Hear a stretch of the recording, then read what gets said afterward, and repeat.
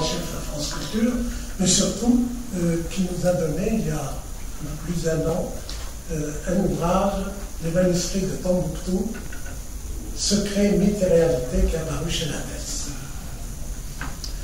Merci de me passer la parole. Alors, c'est le regard et, disons, l'analyse, un gros mot aussi, d'un journaliste que je vais essayer de faire, mais quelqu'un qui s'intéresse à ces manuscrits depuis un long moment. Ça fait à peu près 23 ans que je fréquente l'Afrique, et j'ai eu l'occasion à plusieurs reprises d'aller à Tombouctou. Le paradoxe de ce colloque, je crois que c'est une très bonne initiative, je crois qu'il faut remercier Bruno d'avoir initié ce genre de rencontre, c'est de mettre en lumière ce patrimoine, et en particulier ces manuscrits de Tombouctou, tout simplement parce qu'il y a la guerre. C'est la guerre qui a révélé l'importance et la richesse de ces manuscrits, et c'est la guerre qui a mis la lumière sur l'intérêt scientifique de ces manuscrits. Quand j'ai commencé à y travailler il y a depuis 10 ans, évidemment que peu de gens s'y intéressaient. J'ai moi-même eu l'occasion, tout simplement en feuilletant le New York Times, il y a exactement 10 ans, quasiment semaine pour semaine, et j'y découvre un petit entrefilet mentionnant le trafic de manuscrits entre Tombouctou, Genève, Londres, New York. Ça m'a mis la puce à l'oreille, et le journaliste que je suis, j'étais au Monde à l'époque, s'intéresse à la question et va faire son travail d'enquête. Et puis, quand je le fais, je découvre, comme beaucoup, l'impressionnante masse de manuscrits existant à Tombouctou, puis plus tard en Mali, puis plus tard en Afrique en général. Puisque si on se concentre sur Tombouctou, symbole, plateforme, légende, mythe, évidemment, les manuscrits ne sont pas tous rassemblés à Tombouctou. On en trouve à Tchéniéti en Mauritanie, on en trouve évidemment à Djenné, à Ségou, on en trouve à Agadez, on en trouve, je dirais, récemment à Harar en Éthiopie, où je découvre des manuscrits anciens totalement inconnus de certains historiens éthiopiens. Bref, c'est simplement en cheminant depuis 10 ans que je découvre la masse et la richesse de ces travaux. Et je découvre quoi, en fin de compte? Je découvre beaucoup de manuscrits, des historiens qui se sont passionnés pour la question, qui ont mis en lumière d'ailleurs ces manuscrits Tombouctou. Je pense à Samuel Sidibé dans son musée, tout simplement. Je découvre des historiens comme Mohamed Zouber qui travaillent depuis de nombreuses années sur la question. Mais au fond, à part les historiens africains, quelques anthropologues occidentaux, peu de gens connaissent le contenu de ces manuscrits. On est sur un patrimoine valorisé, mais dont on ne connaît pas le contenu. On ne traduit pas ces manuscrits, à peine 1% sont traduits, alors qu'il en existe à peu près 100 000 sur Tombouctou.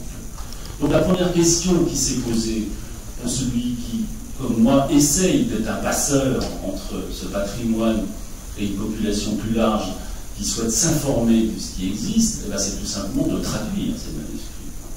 Les traduire, c'est passer par des interprètes, des traducteurs qui parlent l'arabe, et pas seulement l'arabe classique, mais un certain type d'arabe, puisque l'essentiel des manuscrits que l'on découvre à Tombouctou ou ailleurs sont écrits en adjami, ce qui est une langue qui utilise l'alphabet arabe et qui est une langue métisse entre l'arabe et les langues vernaculaires, notamment le wassa, le mandarin, le peu, et ainsi de suite. Et on se retrouve en fait devant des documents dont l'essentiel des scientifiques n'ont pas accès. Et c'est quand même assez extraordinaire de découvrir au Mali un nombre impressionnant d'intellectuels et de scientifiques qui ne parlent pas nécessairement l'arabe, en tout cas suffisamment l'adjami pour pouvoir comprendre. Donc on s'est entouré d'un certain nombre de spécialistes, notamment d'un professeur d'arabe qui s'appelle, je le cite puisqu'il m'a beaucoup aidé pour ce travail, c'est Georges Boas, professeur d'arabe à l'École normale supérieure de Lyon, qui m'a aidé à traduire des documents, et avec l'aide évidemment, et c'est ça qui est le plus important, de bibliothécaires qui détiennent ce patrimoine, qui est un patrimoine familial pour l'essentiel, c'est pas forcément un patrimoine public, même s'il existe depuis 1972 grâce à l'UNESCO, qu'on appelle le centre Ahmed Baba, et qui détient effectivement un certain nombre de ces manuscrits. Mais l'essentiel, ce sont des patrimoines familiaux, des bibliothèques personnelles qui, transmises de génération en génération, arrivent dans des caisses en fer, dans des cantines en fer, comme on dit, et dans lesquelles sont entreposées une masse impressionnante de manuscrits. On doit à beaucoup de ces personnes, notamment Abdelkader Haïdara, je pense à lui parce qu'il m'a beaucoup aidé lui aussi, et qui détient énormément de ces manuscrits, de faire en sorte qu'on puisse les exhumer, les traduire de manière très aléatoire. Et donc quand nous sommes appelés à sortir de manière aléatoire, j'insiste, ces manuscrits, de les traduire et d'y mettre dans ce document, dans ce livre, quelques extraits de traduction, on découvre un patrimoine absolument exceptionnel, qui n'est pas connu ni des Maliens, évidemment encore moins les Occidentaux. Des traités de gouvernance, des traités sur le méfait du tabac, des actes de chirurgie, sur la cataracte notamment. On y trouve des traités de géométrie, de mathématiques, on y trouve des traités de grammaire. Comment imaginer que nous ne connaissions pas l'extraordinaire patrimoine qui existe au Mali, et certainement au-delà de l'Afrique?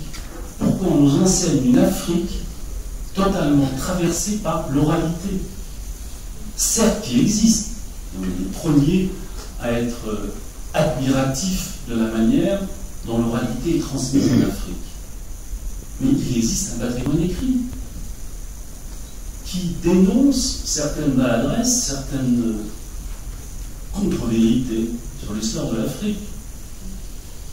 Quand en 2007, un président dont je ne me souviens plus le nom a dit à Dakar, l'Afrique n'a plus d'histoire, là je me suis dit, il faut s'y mettre, c'est-à-dire on se met à écrire simplement parce que des gens sont disponibles pour témoigner de ce patrimoine écrit qui montre qu'à l'Empire, à l'époque de l'Empire Samouraï dont on parlait tout à l'heure, il existait des érudits, il existait des oulémas, l'équivalent des savants, capables de critiquer le Coran, d'interpeller le Caire, l'Égypte ou Fès pour dire attendons, il y a un problème sur l'interprétation de tel ou tel texte.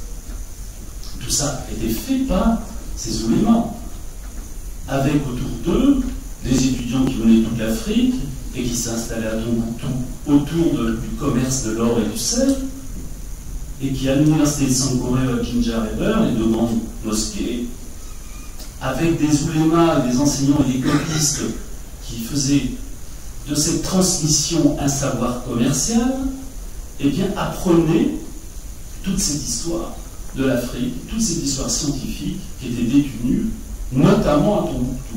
Encore une fois, je voudrais un peu démystifier Tombouctou, ce qui est le comble, c'est de dire qu'il n'y a pas qu'à Tombouctou qu'il existe des manuscrits. Avec Mahmoud Zoubert, qui est donc l'historien qui m'a aidé, il a lui-même évalué à 900 000 le nombre de manuscrits. À peine 1% sont traduits. Vous imaginez, mais si vous commencez à traduire ces manuscrits, vous découvrirez en réalité une autre Afrique, celle que ne nous enseigne pas à l'école, ni à Paris, ni ailleurs. Et malgré la ténacité d'un certain nombre de spécialistes, ce que je ne suis pas, je pense à John Haswick, qui est un Américain qui a travaillé beaucoup au Mali sur les manuscrits. Je pense à plein de spécialistes qui, déjà en 1913, s'intéressaient à la traduction des deux tariques, qui montrent qu'il y avait une écriture très particulière, ou en tout cas une manière de raconter l'histoire qui était très spécifique au Mali. En 1913, Bokta Boudas, qui était un grand professeur ici à l'école pratique de hautes études, s'est mis à traduire un tariq el-Feta datant du XVIe siècle. Donc il faut donc attendre le XXe pour découvrir en France qu'il existait un patrimoine dans nos propres colonies et qu'on a nié, qu'on a véritablement nié. De la même manière, René Caillé ayant découvert Tombouctou en 1828, certes il y est passé que 13 jours, il n'a pas découvert l'existence de manuscrits anciens. Il a fallu attendre Heinrich Barth, l'allemand, travaillant pour les Anglais, pour venir découvrir, lui, un autre Tariq, et dire, attendez, là il y a quelque chose qui est beaucoup plus impressionnant qu'on l'imagine. Donc, tout ce travail lent a été fait souvent à travers ou à partir d'individualités qui, parce qu'ils aimaient l'Afrique, parce qu'ils étaient nourris de cette humanité dont on nous a parlé en introduction de ce colloque, se sont mis à travailler sur la question.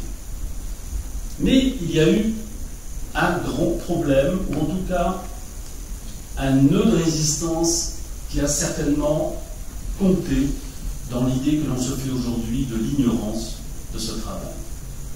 En 1592, un certain Ibn Mansour, un sultan marocain, vient piller Tombouctou, vient tuer les habitants de Tombouctou. Et là, c'est là que le fameux Ahmed Baba, ce grand savant dont je parlais, qui a donné son nom à ce lieu, initié par l'UNESCO, a été emprisonné au Maroc, avec sa bibliothèque. Mais on le respectait tellement qu'on venait le consulter. On l'a même autorisé à venir mourir chez lui à Tombouctou, avec ses ouvrages.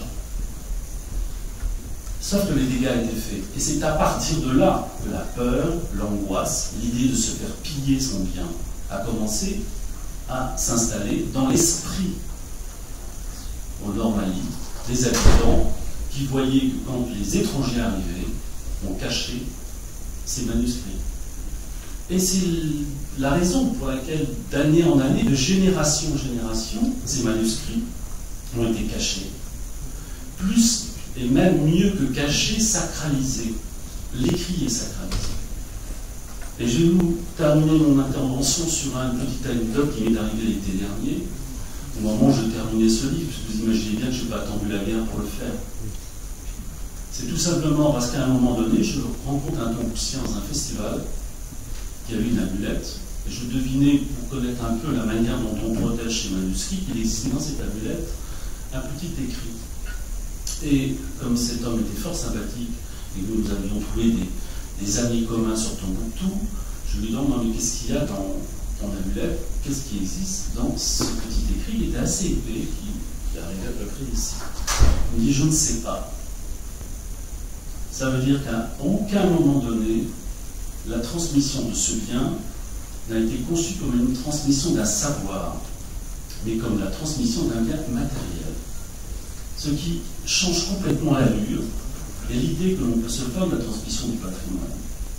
Si désormais il y a le patrimoine immatériel et matériel, c'est pour une bonne raison. C'est que la transmission des biens matériels ne suffit pas à comprendre d'où on vient. Et que les discussions et les conversations qui ont pu être menées à partir de ce travail expliquent qu'il y a toute une masse d'histoires et de savoirs que l'on ne connaît pas et que les jeunes d'aujourd'hui, surtout au Mali et ailleurs, ça a été dit ce matin même, ne connaissent pas. Et d'autant plus on ne va pas là. Donc, tout le travail aujourd'hui à faire, au-delà de la guerre, c'est d'essayer de comprendre effectivement que nous disposons, et je pèse mes mots, d'un matériau pour relire totalement l'Afrique d'aujourd'hui. Tout simplement parce que ce matériau existe et qu'il est, quand même depuis une trentaine d'années, protégé par des gens qui veulent que ce soit protégé. Ils sont certains numérisés, ils sont catalogués. On voit bien, et il y a encore, on l'a vu à cette tribune, des gens capables de défendre ce patrimoine. Mais le patrimoine écrit, c'est pas seulement un patrimoine comme une fin en soi, il faut le traduire. Il faut savoir ce qu'il y a dedans. Et c'est tout le travail, à mon avis, qui est à mener dans ces prochaines années, et je suis certain qu'on verra autrement l'Afrique qu'aujourd'hui.